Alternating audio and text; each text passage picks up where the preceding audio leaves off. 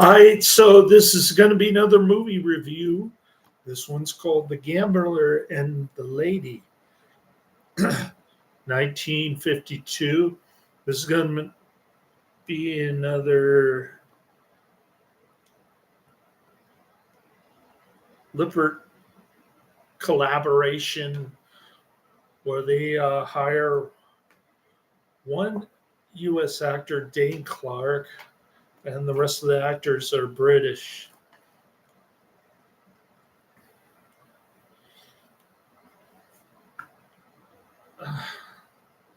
This movie is really boring. Too much dialogue, not much action in this. Their wheel of fortune was spun by the cold steel of an automatic. Pretty cool looking poster, though.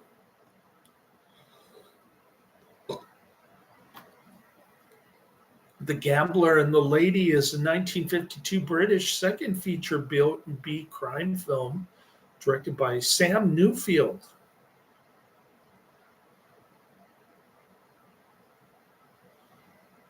I forgot to put his name in the description. Welcome to the Christmas edition.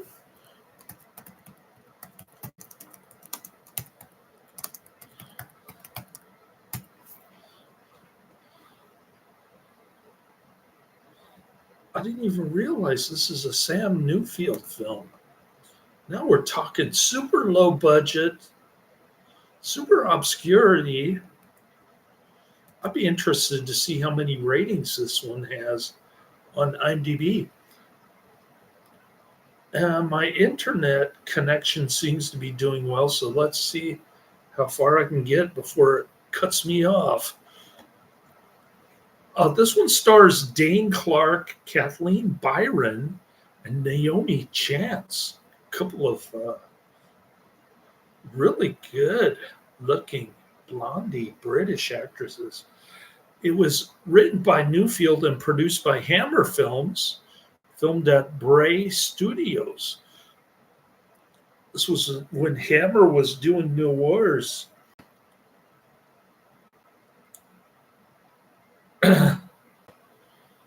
Michael Carreras handled casting, Leakey makeup, and J. Elder Willis was art director. Phil Leakey makeup and J. Elder Willis was art director. The film was directed by U.S. director Sam Newfield. For labor quota reasons, a British director, Patrick Jenkins, had to be credited instead on the British prints. Both were co-credited on the U.S. prints. Filming went from May 19th, 1952 through June 16th, 1952, and the film was trade shown in the UK on January 6, 1953. The film was released first in the US in December 1952 and then later in the UK in January 1953. 4 years before, US gambler Jim Forrester was broke. He borrowed £1 from Maxie, proprietor of Maxie's Barn, and he had a very lucky gambling streak. He continued to rise, and now he owns posh illegal casinos, a nightclub, and other enterprises in London. He aspires to find acceptance among the British upper class, taking lessons in correct behavior from Miss Minter. All right. We've got production company Hammer Film Productions, distributed by Lippert Pictures in the U.S. and Exclusive Films in the U.K. Release dates December 1952 in the U.S. and January 26, 1953 in the U.K. Running time 74 minutes in the U.K. and 71 minutes in the U.S. I guess I watched the US version. The country is UK and the language is English. One night, casino employee Jack Spina reluctantly accepts a check from Lord Peter Willings for gambling losses. The check bounces, but Jim orders Jacko not to do anything about it. Jacko roughs up Wilkins anyway to try to collect the money. Wilkins comes to see Jim. Wilkins informs him he will be paid in a week. Jim tells him he had nothing to do with uh, Willin's beating. Afterwards, Jim fires Jacko. Dave Davies, Jim's longtime friend and bookkeeper, warns him the Colonnas are in town. They were big-time gangsters in the U.S. until they were deported. Now they run casinos in Rome and Paris. Arturo Colonna offers to buy Jim's operation. Colonna offers to pay him 10% to run things. He turns them down. Meanwhile, Jim breaks up with his girlfriend, Pat, a professional dancer at his nightclub, whom he is tired of. Just like my second wife threw me away like an old banana peel. Later, he spots Willens and his friends celebrating the 21st birthday of Lady Jane Greer at his nightclub. He comes over, but he is openly mocked by Greer and most of the party. The sole exception is Lady Susan Willens, Lord Willens' sister. She dances with him, and he invites her to a boxing match. This is witnessed by Pat. She later starts drinking heavily and says, Pat is saying nasty things about Jim.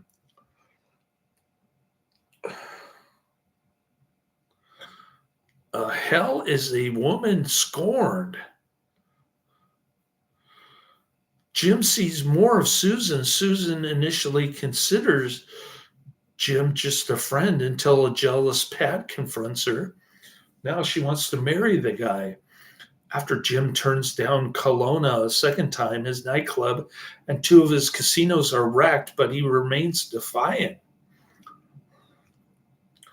Peter Willens asks Susan to try to persuade Jim to invest in a gold mine, which promoter Richard Farning claims is in need of funds to exploit a newly found deposit.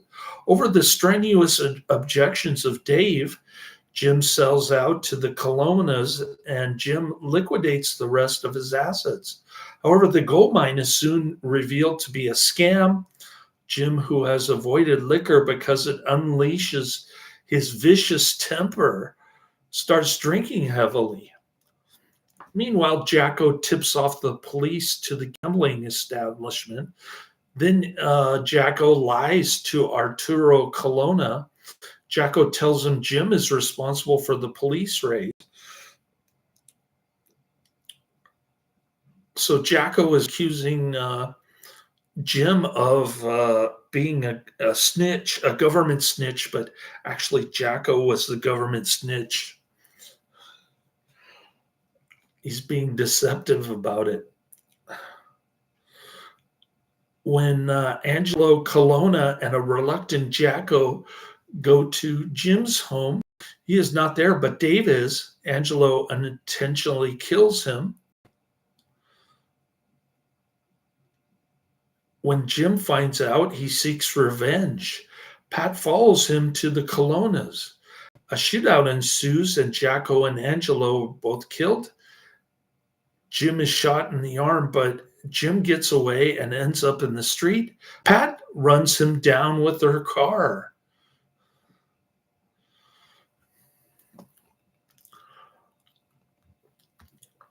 And that's pretty much the movie. Not much going on here. It's more of a soap opera than a film noir. I don't know why Sam Newfield is directing this, but it looked like he didn't put too much effort into it. I mean, I don't know. It's pretty low budget in a sense of being almost like an Ed Wood film, but it's not one of those so bad that it's good films. I mean, they do try to act at least. The the monthly film bulletin wrote a melodrama with some unconvincing U.S. style gangsters and a very odd picture of the society world, which Forster tries to gate crash. Dane Clark deserves something rather better. Yeah, I think the actors are decent. It's the direction that's messed up. Sam Newfield messed up. Kine Weekly wrote, the picture attempts to capture both the British and the US markets, but its cast, to say nothing of its plot, is not sufficiently strong. Seriously, to compete with authentic Hollywood gangster fare. Here and there, Dane Clark whips up a little excitement, but most of the fights and shooting, a phrase, lack fire and purpose. Its hard interest also fails to arrive at worthwhile conclusions. Indecisive, it loads the dice against itself. The payoff is well mounted, yet definitely minor mellow. Picture Show called the film a well staged melodrama set in the questionable part of Soho. The Radio Times Guide to Films gave the film 2 out of 5 stars, writing, what went on behind the scenes of this Hammer production is far more interesting than the on screen action, although Pat Jenkins has put his name on the picture. A variety of sources claim that Hollywood hack Sam Newfield co directed. Others assert that horror maestro Terence Fisher also had a hand in its making. We know Terence Fisher on this channel. The film itself is an unremarkable crime tale.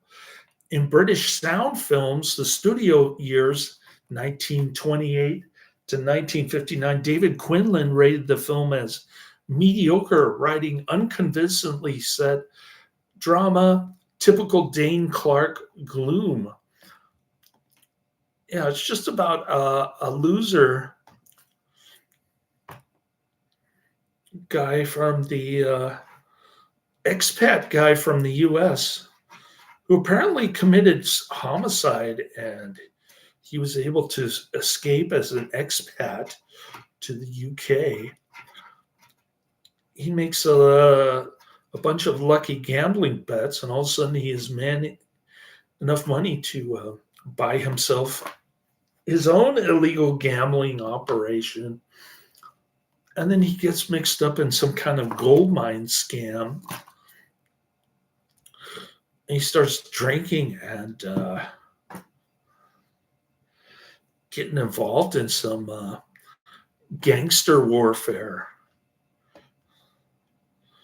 That's about it.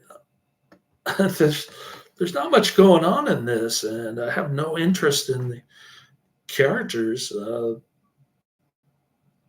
one Blondie is a drunk. The other one is her dad is like some kind of gold mine scammer under investigation by Scotland Yard.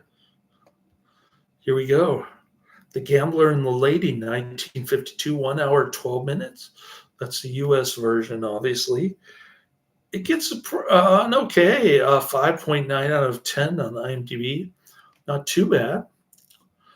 Only 412 ratings. A social climbing US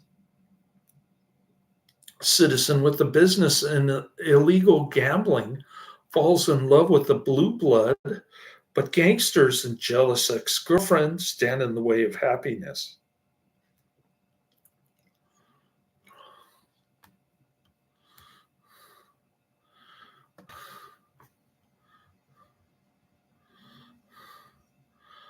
All right.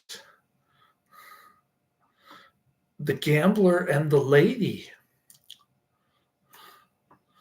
This is a noir-like drama from Hammer Films. That's the title of the IMDb review from Blanche 2, dated April 19th, 2013. There were lots of movies like The Gambler and The Lady back in the 50s, low budget British noir like films, sometimes detective stories starring a US citizen, second or third stringer, with the rest of the cast British. Often they're quite entertaining. The Gambler and the Lady is one such film from 1952, produced by Hammer Films, and it stars Dane Clark, Kathleen Byron, Naomi Chance, and Anthony Forwood. Forwood, by the way, was a very handsome man who was married to Glynis Johns, and then he became Dick Goddard's partner and manager for 30 plus years. Clark plays Jim Forster, a U.S. man running an illegal gambling houses in England. The story is told in flashback. When the film begins, we see Forster being hit by a car. Forster, a little rough around the edges, is a social climber and, in fact, is taking lessons in social niceties so he can rub elbows with the mucky mucks. He is dating a dancer at his club, Pat Byron, who seems to want to get more serious than Foster. One night, she loses her temper at him, and he walks out and won't have anything to do with her again. At this club, he meets Lady Willens Chance, and through her brother Forwood, who bounced a check at Forster's club, is against him, she starts to see him. Pat becomes jealous, and Pat attempts to warn her off. That's on the personal end. On the professional end, some thug types want to take over his clubs. When Lady Willens' father talks about a mining deal that promises to be lucrative, Forster thinks he's found a way into the social strata and out of illegal gambling. Dane Clark had a very prolific 45-year career, which, once the 50s hit, was mostly in television. He started out in films as an ersatz John Garfield, but never hit those heights. He is well cast in this. Naomi Chance was effective and beautiful as a society woman. She did a lot of this type of movie during her career. The patrician-looking Kathleen Byron, who appeared in Saving Private Ryan, made a good shrew. Interestingly, all the lead actors had long, very active careers. Hammer films are low budget, yes, but they are usually atmospheric, as this one was, and entertaining. They attempted to copy the US films done by, say, RKO in the 40s, and while not entirely successful, you may enjoy this one. We'll put Kathleen Byron in the description here. Nobody's in the chat room. Everybody's spending time with family today, I guess. Or they're sleeping in.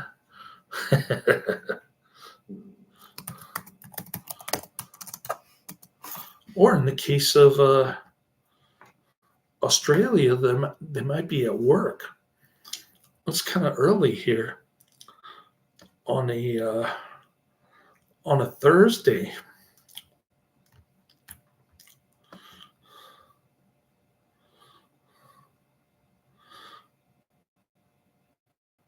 All right, stolen phase, heat wave, the kill.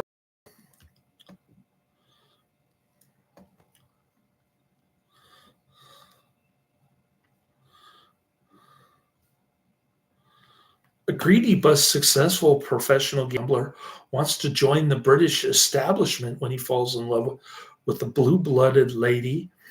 But first, he must mend his ways and then dump his nightclub singer girlfriend. She's not so easy to get rid of. Neither is his past. That's the storyline from Steve Crook. Steve at brainstorm.co.uk. Their wheel of fortune was spun by the cold steel of an automatic. That's the tagline on the movie poster. The genres are crime, drama, thriller.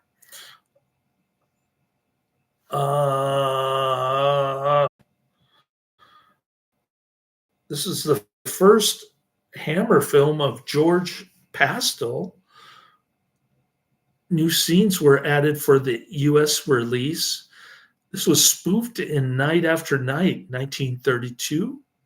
Oh, I'm sorry, this movie spoofs Night After Night, 1932. Soundtracks, Happy Birthday to You, written by Mildred J. Hill and Patty S. Hill. Release date December 26, 1952 in the US. Country of origin UK. Languages Italian and English. Also known as Gambler and the Lady. Filming locations Bray Studios, Down Place. Oakley Green, Berkshire, England, UK. That's the studio. Production companies Hammer Films and Lippert Films. Runtime 1 hour 12 minutes, 72 minutes. Guess they're rounder. This is in glorious black and white in the aspect ratio 0.37 to 1. All right, going down my movie list, we've got 30 minutes BC. A Nativity Play 2020. That's number 1 on my list. Number 2 is Never Surrender 2009. And number 3 is Sex and Buttered Popcorn, Story of the Hollyweird Exploiters, 1989. So those are the next 3 coming down the pike. I'm going to try to get to the next 2 today, but it's time for me to take another nappy poo. I went to midnight mass last night.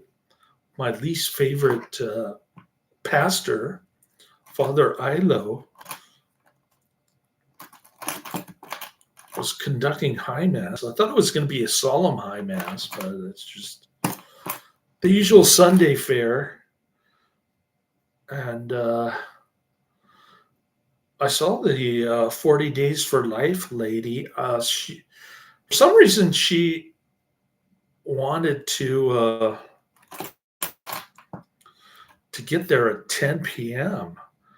because of supposed parking issues. I don't know why Star of the Sea has a bad reputation for parking. I got there at 11:30, and I found a parking spot in the number 1 lot. So I don't know what this lady is frightened of. I have no idea. I don't think she does either. Anyways,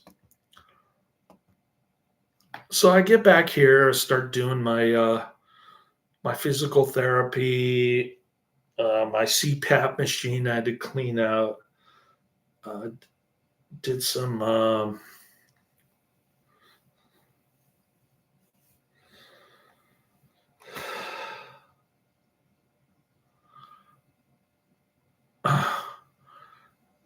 I did some allergy medication and dilly-dallying around, just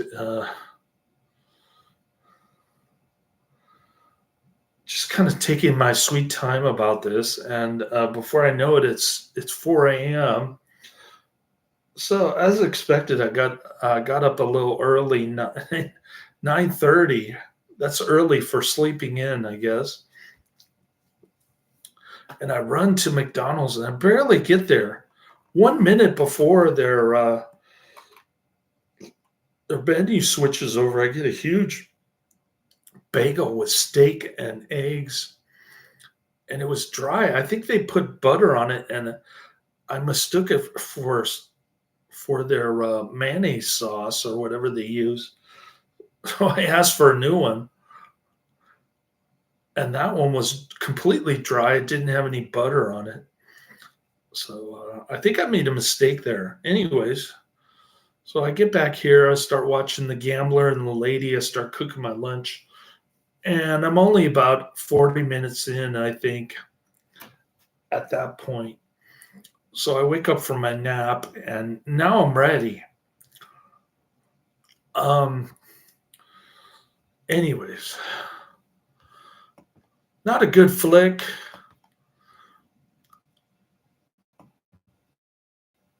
I would say pass this one up, don't watch, but other people liked it for some reason. I don't know why. It's just a low budget yarn, kind of soap opera thing. I don't know. I couldn't get into this. I don't know what's wrong with me. Maybe I'm looking for something that I can't find, like real film noir. All right. We can blame Sam Newfield for this one later.